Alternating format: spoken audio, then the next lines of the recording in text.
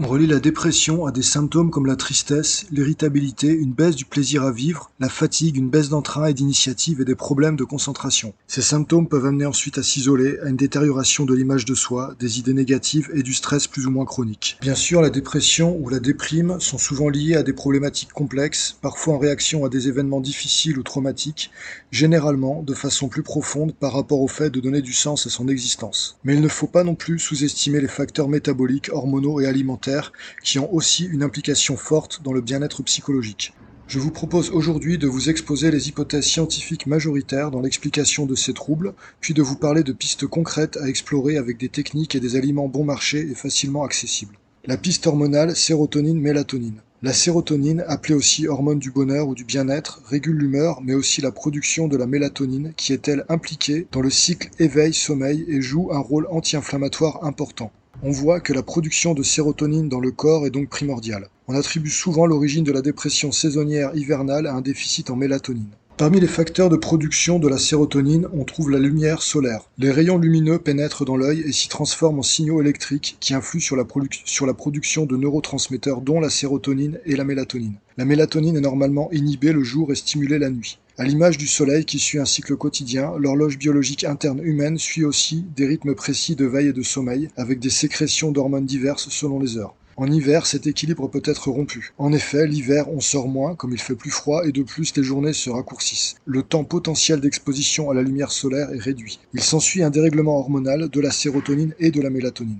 Ceci dit, l'étude globale des expériences désignant la sérotonine comme cause de la dépression ne montre pas de corrélation entre le taux de cette hormone et les états dépressifs. C'est-à-dire que les patients dépressifs peuvent présenter des taux de sérotonine aussi bien faibles qu'élevés. Pour en savoir plus sur ce sujet, je vous invite à consulter un article sur le site de l'école de naturopathie fonctionnelle, Innov Naturopathie, dont le lien est dans la description de cette vidéo. Pour en revenir à l'exposition au soleil, elle est aussi génératrice de vitamine D endogène, c'est-à-dire produite par le corps, qui joue un rôle important dans la construction osseuse mais aussi dans l'immunité et contre l'inflammation. La lumière solaire stimule donc la production de vitamine D et de la mélatonine indirectement via la production de la sérotonine, et ces deux premières, c'est-à-dire la vitamine D et la mélatonine, sont des anti-inflammatoires puissants. Ceci nous amène à la deuxième piste de recherche plus récente pour laquelle la dépression serait un des symptômes de l'inflammation des tissus du corps, tout comme de nombreuses autres maladies chroniques. L'inflammation est parmi les causes de la majorité des maladies chroniques modernes dites de civilisation, diabète, cancer, les maladies auto-immunes et cardiovasculaires. On trouve à présent de nombreuses études sur l'identification de l'inflammation comme cause de la dépression, rassemblées dans l'étude de Berk dont le lien est en description. Parmi les causes de cette inflammation, on trouve l'alimentation avec les produits transformés, l'excès de sucre et de graisse inflammatoire, auxquels on préférera les graisses acides gras oméga 3. On trouve ensuite le stress, l'obésité, les problèmes de microbiote et de perméabilité intestinale, le manque d'activité physique, le manque de sommeil et les infections chroniques. Il y a aussi le manque de vitamine D qui a été identifié. Voyons maintenant les actions à mettre en place par rapport à la piste hormonale sérotonine-mélatonine. La lumière. Il faudrait donc sortir, s'exposer au soleil dès que possible, via une activité sportive si possible. On peut aussi se procurer une lampe de luminothérapie, on en trouve aux alentours de 70 €, donc une lampe de lumière artificielle à large spectre qui reproduit la lumière solaire. Avec la luminothérapie, on va essayer de faire les séances en reproduisant les cycles naturels auxquels l'organisme est exposé pendant les saisons douces. L'alimentation. La sérotonine. La production de mélatonine se fait plutôt en fin de journée en réponse à l'obscurité dans la glande pinéale du cerveau appelée aussi épiphyse. Et comme nous l'avons déjà vu, elle est influencée par le taux de sérotonine, car la sérotonine est biochimiquement un précurseur de la mélatonine. La sérotonine est-elle produite lors de l'exposition au soleil? Mais il faut aussi que le corps dispose des éléments physico-chimiques permettant de produire cette hormone. On trouve en particulier le tryptophane, qui est un acide aminé précurseur de la sérotonine. Les acides aminés sont les constituants des protéines. Parmi les sources de tryptophane, on trouve les amandes, les noix de cajou, les arachides, les produits laitiers, les légumineuses, la viande, les œufs et le poisson. Mais aussi à manger dans des quantités raisonnables bien sûr le chocolat et les bananes. On peut aussi se supplémenter en griffonia, très riche en une molécule appelée 5-HTP, qui est un précurseur de la sérotonine. Le circuit chimique est d'ailleurs le suivant. Le tryptophane est converti par l'organisme en 5-hydroxytryptophane ou 5-HTP, lui-même converti en sérotonine par réaction chimique de décarboxylation, et cette sérotonine en mélatonine par différentes réactions enzymatiques successives.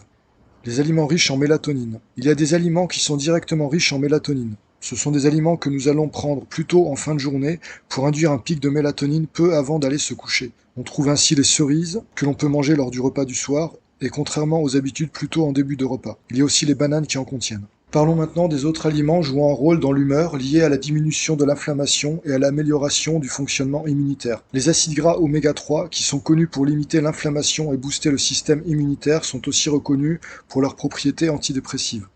On peut donc recommander de manger régulièrement des poissons gras comme les sardines, le saumon, les maquereaux, et de consommer de l'huile d'olive extra vierge et de l'huile de noix. On trouve à nouveau la vitamine D, dont la production endogène par le corps est liée à l'exposition au soleil, tout comme la mélatonine. La vitamine D favorise le bon fonctionnement immunitaire, permet donc d'éviter la fatigue, en plus de son rôle primordial dans la constitution physique des os en particulier. Pour une bonne mobilisation de la vitamine D, endogène comme exogène, c'est-à-dire alimentaire pour exogène, il faut aussi des sources de magnésium en quantité satisfaisante, car ce dernier permet d'activer la vitamine D lorsqu'ils sont pris en même temps. Les enzymes du foie et des reins qui convertissent la vitamine D en forme active nécessitent un niveau de magnésium adéquat pour fonctionner. On va aussi privilégier des sources de magnésium comme les bananes, les figues, les dattes, le chocolat et les noix, car le magnésium est un minéral important dans la régulation nerveuse. On peut aussi se supplémenter en magnésium, si possible peu avant le coucher, car il peut avoir des effets soporifiques. On va aussi insister sur la prise de zinc, qui en plus de stimuler le système immunitaire l'hiver pour limiter l'inflammation, favorise la régulation de la mélatonine et participe à l'interaction avec le neurotransmetteur GABA pour réduire l'excitation au niveau des neurones. Au niveau de la synthèse de la sérotonine et de la mélatonine, citons aussi les vitamines du groupe B, dont la niacine, B3, la pyroxydine, B6 et l'acide folique, B9, même si leur rôle ne se limite pas à ça.